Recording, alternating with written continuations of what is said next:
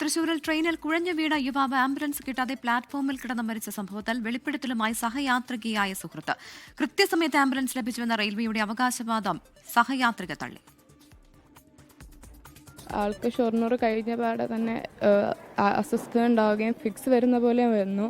കൂടെ പാസഞ്ചറായിട്ടുണ്ടായിരുന്ന ഒരാൾ വന്നിട്ട് ആ ഒരു ഡോക്ടറായിരുന്നു. പുള്ളിക്കാരൻ വന്ന് നോക്കുന്നുണ്ട്, നോക്കിയിട്ട് CPR കൊടുക്കുന്നുണ്ട്. എത്രയും പെട്ടെന്ന് ഒരു ആംബുലൻസ് എത്തിക്കാൻ പറഞ്ഞു. ഇവർ പറയുന്നത് ഇവിടെ തൃശ്ശൂർ റെഡിയാക്കി വെച്ചിട്ടുണ്ടായിരുന്നു, എല്ലാം റെഡി ആയിരുന്നു എന്നാണ് പറയുന്നത്. പക്ഷേ ഞങ്ങളെ ഇറക്കിയത് മുളങ്ങുന്നത്തുകാവ സ്റ്റേഷൻ്റെ ഫ്രണ്ടിൽ ഒരു ബെഞ്ച് ഉണ്ടായിരുന്നു. ബെഞ്ചിൽ കിടത്തി CPR കണ്ടിന്യൂസ് കൊടുത്തുകൊണ്ടിരിക്കുക. അപ്പോൾ അവിടുത്തെ റെയിൽവേ ഉദ്യോഗസ്ഥനോട് പറയുന്നുണ്ട്, TTRമാരും ചൂടാവുന്നുണ്ട്. അയാളോട് പറയുന്നുണ്ട് ഒരു വണ്ടി അറേഞ്ച് ചെയ്ത് തരുമെന്ന് പറഞ്ഞിട്ടുണ്ട്. ലാസ്റ്റ് അവർ പറയുന്നുണ്ട് നിങ്ങൾക്ക് ആംബുലൻസ് എത്തിക്കാൻ പറ്റിയില്ലെങ്കിൽ ഒരു ഓട്ടോറിക്ഷയോ എന്തെങ്കിലും ആരെങ്കിലും വന്ന വണ്ടിയെങ്കിലും ഉണ്ടെങ്കിൽ ഒന്ന് അറേഞ്ച് ചെയ്ത് തരാൻ പറയുന്നുണ്ട്. അപ്പോൾ അതിനകത്ത് അവർ വലിയൊരു അനാസ്ഥ വരുത്തി.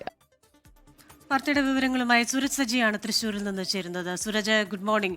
സമയം സമം ജീവൻ എന്ന് പറയുന്ന ആ ഒരു അവസ്ഥയായിരുന്നു അവിടെ സംഭവിച്ചിരുന്നത്. ഓരോ സെക്കൻഡുകളും ഓരോ മിനിറ്റുകളും എത്രത്തോളം ഒരു ജീവന്റെ കാര്യത്തിൽ പ്രധാനമാണ്, നമ്മുടെയൊക്കെ ജീവിതത്തിലും എത്രത്തോളം പ്രധാനമാണെന്ന് കാണിച്ചു തരുന്ന സംഭവം കൂടിയായിരുന്നു. പക്ഷേ റെയിൽവേ ഇതുമായി ബന്ധപ്പെട്ട അവരുടേതായ ചില വിശദീകരണങ്ങൾ നൽകിയിരുന്നു.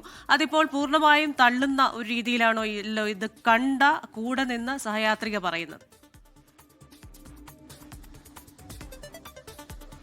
ക്രിസ്റ്റിന, ഈ റെയിൽവേയുടെ എല്ലാ വാദങ്ങളും ഈ ഒപ്പം സഞ്ചരിച്ച സുഹൃത്തു കൂടിയായ സഹയാത്രിക തള്ളുകയാണ്. കാരണം ഈ ഷൊർണൂർ പിന്നിട്ടതോടുകൂടിയാണ് ഈ ശ്രീജിത്തിന് നെഞ്ചുവേദന അനുഭവപ്പെടുന്നത്. അപ്പോൾ ഈ ലിസി ഹോസ്പിറ്റലിൽ ഇന്നലെ നമ്മൾ പ്രതികരണം കൊടുത്തിരുന്നു. ലിസി ഹോസ്പിറ്റലിലെ ഒരു ഡോക്ടറാണ് ഈ CPR നൽകിയത്. CPR നൽകുന്ന സമയത്തൊക്കെ പൾസ് ഉണ്ടായിരുന്നു. അതിനുശേഷം ഈ ട്രെയിനിൽ നിന്ന് ഇറക്കി 25 മിനിറ്റ് നേരം പൾസ് ഉണ്ടായിരുന്നു എന്നുള്ളതാണ് ഇപ്പോൾ ഈ യുവതിയും പറയുന്നത്. അരമണിക്കൂർ നേരമാണ് ഈ പ്ലാറ്റ്ഫോമിൽ ആംബുലൻസ് കാത്ത് ശ്രീജിത്തിന് കിടക്കേണ്ടി വന്നത്. പക്ഷേ ഈ ആംബുലൻസ് എത്തുന്നതിന് 5 മിനിറ്റ് മുമ്പ് ജീവൻ നഷ്ടപ്പെടുന്ന സ്ഥിതി ഉണ്ടായി എന്നുള്ളതാണ് ഇപ്പോൾ ഈ സൂര്യയും സാക്ഷ്യപ്പെടുത്തുന്നത്. ഇതിൽ ഉദ്യോഗസ്ഥരുടെ ഭാഗത്തുനിന്ന് ഗുരുതരമായ വീഴ്ച ഉണ്ടായെന്ന് സൂര്യയും ആവർത്തിക്കുന്നുണ്ട്. ഈ റെയിൽവേ ഇത് സംബന്ധിച്ച് അന്ന് വിശദീകരണം ഇറക്കിയ സമയത്ത് പറഞ്ഞിരുന്ന മുളങ്കുന്നത്തുകാവിൽ ട്രെയിൻ നിർത്താൻ ഇവർ ഉദ്ദേശിച്ചിരുന്നില്ല, പകരം യാത്രക്കാർ ചെയിൻ വലിച്ചാണ് ട്രെയിൻ നിർത്തിയത് എന്ന വാദം റെയിൽവേ ആദ്യഘട്ടത്തിൽ ഉയർത്തിയതാണ്. ഇത് നേരത്തെ തന്നെ ഈ സഹയാത്രികരടക്കം തള്ളി. അത് സൂര്യയും ആവർത്തിക്കുന്നുണ്ട്.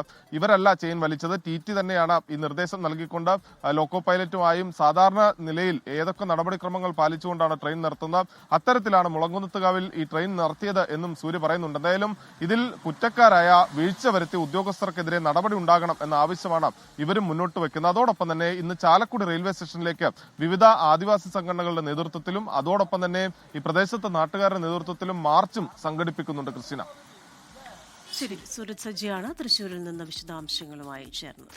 ലോകത്തെവിടെയായാലും ഏത് സമയത്തും 24 വാർത്തകളും ഓഗ്മെന്റഡ് റിയാലിറ്റി പാക്കേജുകളും എക്സ്പ്ലെയിനറുകളും വിശദമായി കാണാൻ ഞങ്ങളുടെ YouTube ചാനൽ നിങ്ങൾക്ക് സബ്സ്ക്രൈബ് ചെയ്യാം.